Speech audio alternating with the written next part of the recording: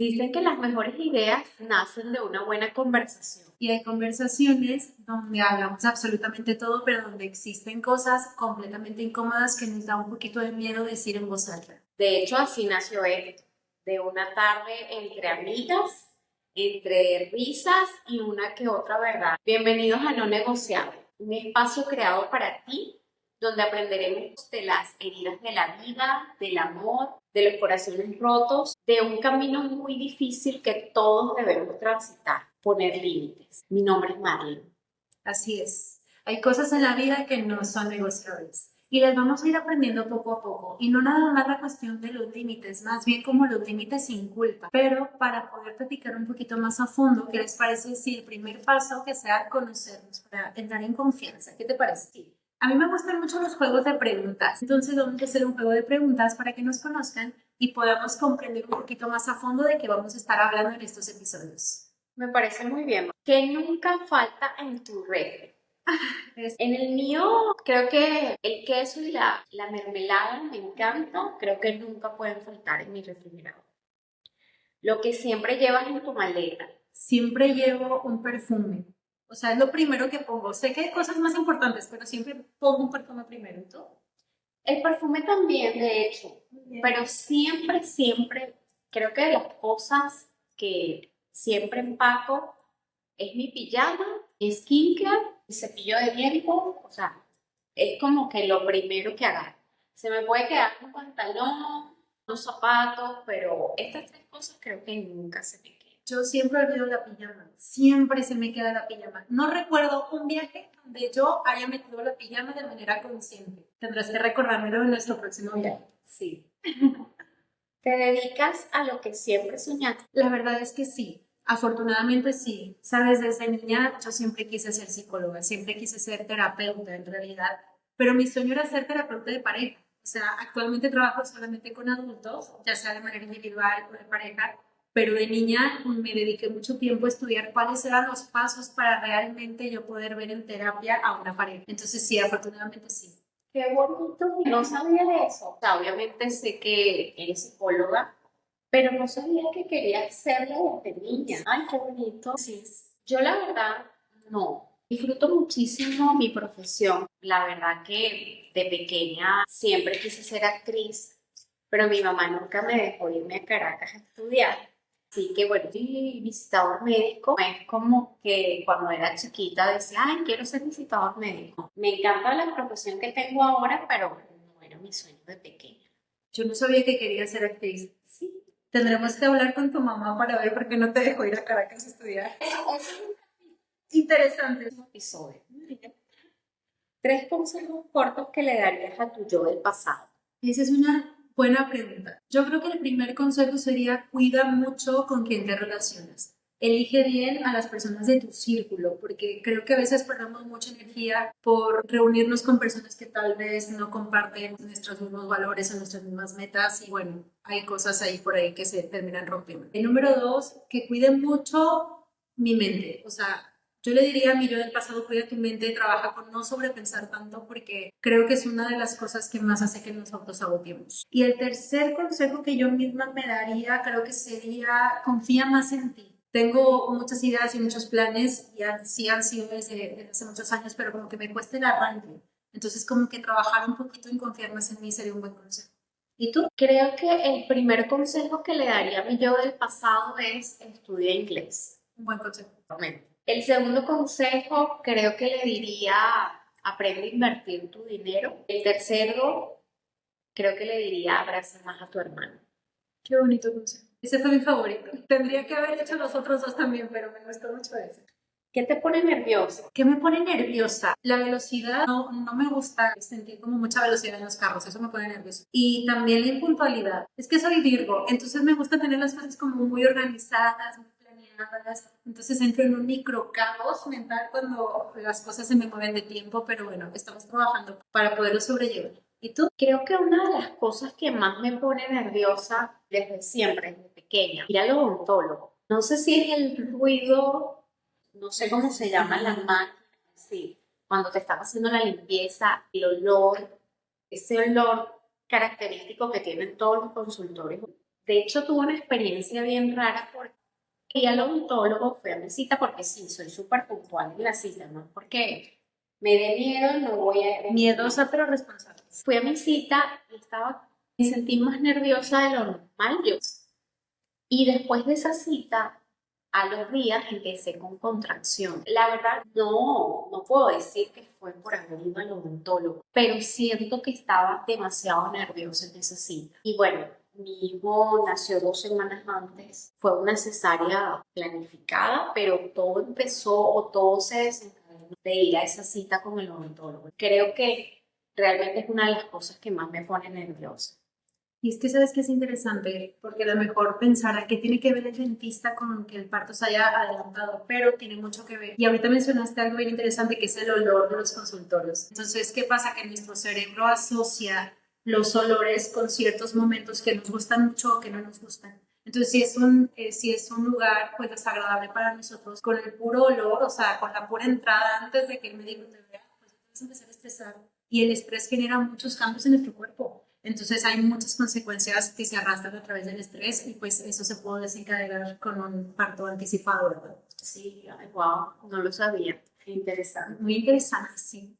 Yo quiero hacerte otra pregunta. Sí. Hace ratito hablabas que eres visitador médico y yo sé que es algo que te apasiona y que haces realmente bien, porque tengo muchos años pues, en tu carrera, por así decirlo, ¿no? Pero yo quiero saber cómo en este podcast vamos a poder implementar como la otra parte de ti, porque yo también sé que eres una persona que trabaja mucho contigo misma, tomas terapia, trabajas con energía, has estudiado mucho sobre esto, pero me gustaría saber cómo lo vamos a implementar en el podcast. Yo creo que una de las cosas que a través de los años, quizás de las cosas que he vivido en mis 41 años, ha sido que siempre me he sentido diferente. Nunca me he sentido igual y nunca fui de grandes amigos. Y hay personas con las que simplemente no, o sea, hay como un choque de energía.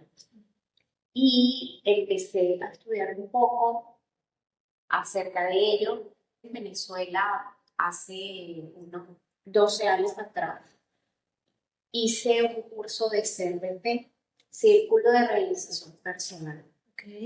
Es una técnica, ejercicios que puedas dominar y que ellos van a hacer que tú cambies tu energía, que tú vibres diferente. Ese también es un tema interesante como para otro capítulo, pero creo que fue el inicio donde yo dije, bueno, creo que hay cosas que sí están en mí cambiar, que sí están de mi lado y hay cosas que definitivamente no podemos cambiarlas, no está en nuestras manos solucionarlas y tenemos que aprender a vivir con ellas. Muy interesante.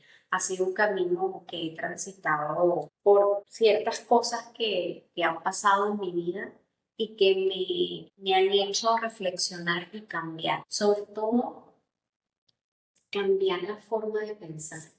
Tú lo decías al principio, el sobrepensar las cosas. Creo que un error que cometemos muchísimo, casi todas las personas, es sobrepensar. Así es. En tu día a día como psicóloga y como psicoterapeuta de parejas, ¿cuál es la pregunta más frecuente que te haces? Bueno, muchas preguntas, pero las más comunes yo creo que es esta parte de cuando nosotros atravesamos por momentos fuertes como el miedo, como la frustración, como una desilusión, estas heridas empiezan a hacer que mi mente me empiece a jugar chueco. Entonces aquí es donde viene la parte como del sobrepensar, viene la parte donde empiezo a dudar mucho de mí. Y también creo que el dolor y el miedo no siempre son negativos y creo que eso es algo importante mencionarlo. Creo que eso nos ayuda a tener como un parteaguas en nuestras vidas. Poco a poco ellos te van a ir conociendo más, pero yo sé que tal vez el miedo o el dolor fue lo que hizo que tú empezaras a trabajar mucho contigo misma, que es lo que normalmente hace que todos tomemos ese primer paso, ¿no? Entonces, cuando empezamos a trabajar con nosotros mismos, pues nos damos cuenta de que el miedo realmente no es tan malo y que lo que hace es llegar a nuestra vida para que salgamos de nuestra zona de confort. Sí, la cuestión del sobrepensar y todas estas cuestiones viene arrastrando mucho miedo, muchas heridas que si las ponemos sobre la mesa y las trabajamos, de verdad pueden hacer cosas positivas en nuestra vida. De acuerdo contigo. De hecho, sí, hay que hacerlo con miedo, todo, la verdad. El primer paso es el más difícil, pero una vez que lo des, todo empieza a fluir. Sobre todo que aprendemos, porque a mí me ha pasado, haber salido de Venezuela fue una de las decisiones más difíciles que pude tomar, pero que no me arrepiento para nada. En ese momento quedarse en Venezuela era difícil, irse de Venezuela era difícil, era simplemente escoge tu difícil. No había una opción más corta, más rápida, una opción menos dolorosa. Las dos eran exactamente iguales, pero el haber salido de Venezuela, haber dejado a mi familia, a mis amigos, mi comida, mis costumbres, realmente siento que me fortaleció y creo que no hay ninguna persona que haya dejado su país, incluso aunque regrese en algún momento, que no diga que realmente fue un paso que le abrió muchísimas más puertas. Te vuelves una persona muy resiliente, la verdad. Se abren nuevas oportunidades, se abren nuevas ventanas para ti, donde empiezas a manejar tu vida y a ver la vida de una manera diferente. Fíjate que yo en terapia siempre, cuando a mis pacientes les cuesta tomar como decisiones difíciles, yo siempre les digo, bueno, vamos a poner como diversos escenarios, tenemos el camino 1, el camino 2, el camino 3, etcétera. Y siempre está sobre la mesa la pregunta, ¿qué es lo peor que puede pasar? Porque a veces nuestra mente nos juega chueco y entonces empezamos a decir, y es que si esto, y es que si aquello, pero realmente no nos sentamos a decir, a ver, ¿qué es lo peor que puede pasar si yo tomo este camino? ¿Y qué es lo peor que puede pasar si yo tomo aquel camino? Entonces, cuando yo veo la realidad del peor escenario, me doy cuenta que ese peor escenario no es tan malo, no es tan grave, donde sí puedo manejarlo. Entonces es más fácil para mí atreverme a llegar a ese camino, ¿no? Y después poder ver lo que comentas tú, el aprendizaje que tuve, cómo me ayudó a salir de mi zona de confort, etcétera. Creo que eso va de la mano al hecho de que como seres humanos siempre queremos controlarlo todo. Queremos tener el control de lo que va a pasar, de lo que no va a pasar, si es bueno, si es malo. Y allí hay que poner un límite. Exactamente. Incluso sabes que también, que a veces también queremos tener el control de hasta cómo nos sentimos. Y eso es complicado porque entonces también se empiezan a desarrollar otros problemas porque tendemos mucho a no puedo estar triste. Si estoy triste, entonces entramos en caos porque no debo de estar triste y entonces no me permito llorar y entonces no me permito atravesar el dolor o la frustración. Y esta parte de ponerme un límite a mí mismo es bien interesante porque a veces creemos que los límites que nosotros establecemos son para las otras personas y los límites no son para los demás. O sea, yo no puedo decirte a ti, Madeline, no me hables mal. Yo tengo que decirle a mí misma, yo no tolero que las personas me hablen. Entonces yo me tengo que alejar de un entorno en donde mi límite se está rompiendo. O sea, que yo pongo límites para mí, no para el otro. Y ponernos un límite con la cuestión emocional también es interesante. O sea, por ejemplo, no me puedo permitir no sentir mis emociones, porque a fin de cuentas no le puedo demostrar a nadie si no estoy triste, si no estoy feliz, si no estoy frustrado. No pasa nada con que tú lo demuestres, ¿verdad? Lo que pasa es que también no sabemos, eso no es algo que se aprende, la verdad, tan fácil. Nosotros queremos incluso hasta controlar lo que dicen los demás, o sea, lo que sucede en los demás. Allí es cuando debemos trabajar nosotros todo lo que está fuera de nuestro alcance. La verdad, yo no puedo controlar el hecho de que a ti yo te caiga bien o te caiga mal. Eso no es algo que depende de mí. Lo que depende de mí es ser una persona respetuosa, ser una persona honesta, transparente, abierta, pero realmente lo que piensan de mí es algo que yo no puedo controlar, ni aquí ni en ningún otro lugar. Y es parte un poquito también de por qué surge no negociable. Creo que todos debemos tener ciertos no negociables en nuestra vida, particularmente con las cosas que he podido estudiar. Me he ido transformando con el tiempo porque he empezado a incluir y a vivir desde lo que a mí me ha funcionado. No negociable debe ser para todos, tú debes tener no negociable primero para ti como ser humano, persona, no negociables para tu familia, para tus amigos, para tu carrera. Y también es importante que nosotros sabremos de que está bien modificar nuestros no negociables, porque recordemos que los no negociables no tienen que ser estáticos. El día de hoy yo puedo tener muy fijo cuáles son mis no negociables en mi relación de pareja, pero tal vez dentro de 2 años me pasaron otras cosas, otras heridas, otras situaciones, yo ya no soy la misma persona. Y esos no negociables pues ya no son importantes tal vez en ese momento y ahora tengo otros no negociables. O tal vez vuelvo a trabajar y reestructurar a ver realmente dónde están mis límites. Y a mí también me gusta mucho trabajar con el concepto de desde dónde estoy poniendo este no negociable. Normalmente los no negociables vienen cargados de historias. O sea, no es como que yo me levanté hoy y decidí que mi no negociable fuera que no me hablara mal, poniendo el mismo ejemplo, ¿verdad? O sea, realmente probablemente yo tengo una historia con, pues, con alguien que tal vez yo sentí injusto que me hablara mal de cierta manera porque cuido mucho yo la manera en la que hablo. Entonces, realmente recordemos que todo viene cargado de historias y que está bien si los quieres permanecer o si los quieres cambiar en algún momento, ¿verdad? Sí, uno de los miedos que yo veo más frecuente, yo lo he vivido también, es decirle que no a tu jefe. Muchas personas tienen pánico de decirle que no. Y la verdad es que eso es algo que tiene que ser uno negociado.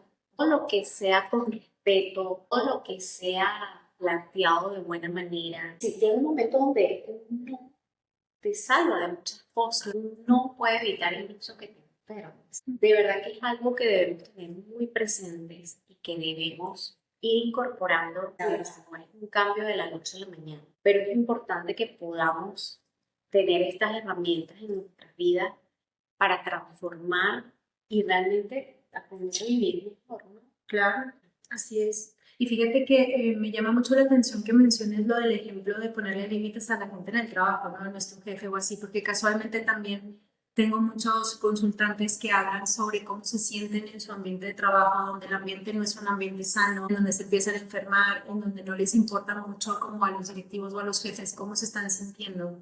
Y esto es preocupante porque en México, por lo menos en México, una de las enfermedades, por llamarlas de alguna manera, o alguna situación relacionada a la salud mental que encabeza la lista es la depresión y la ansiedad.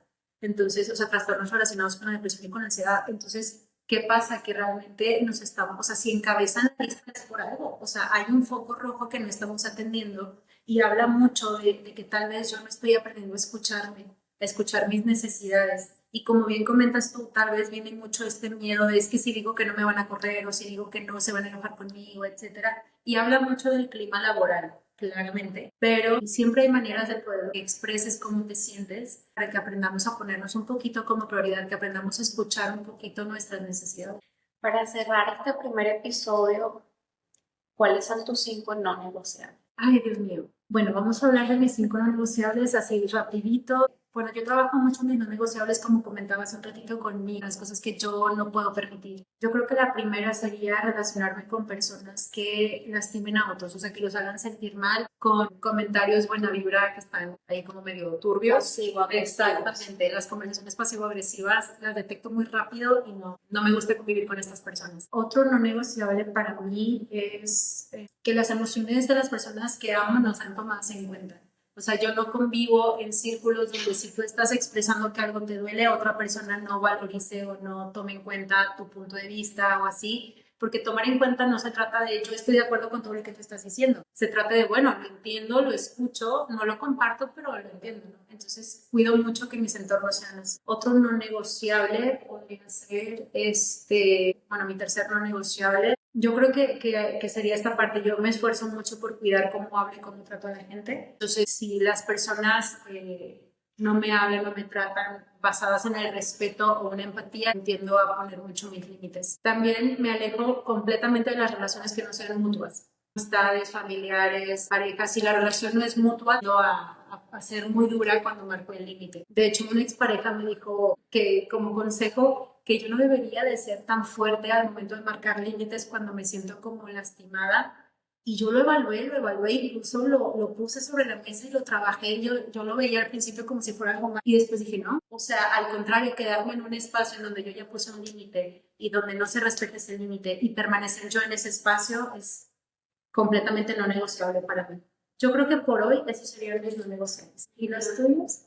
Me encanta y comparto mucho de los que acabas de mencionar. Para mí un no negociable es no agradecer cada día. Cada mañana que yo me despierto doy gracias por un nuevo día.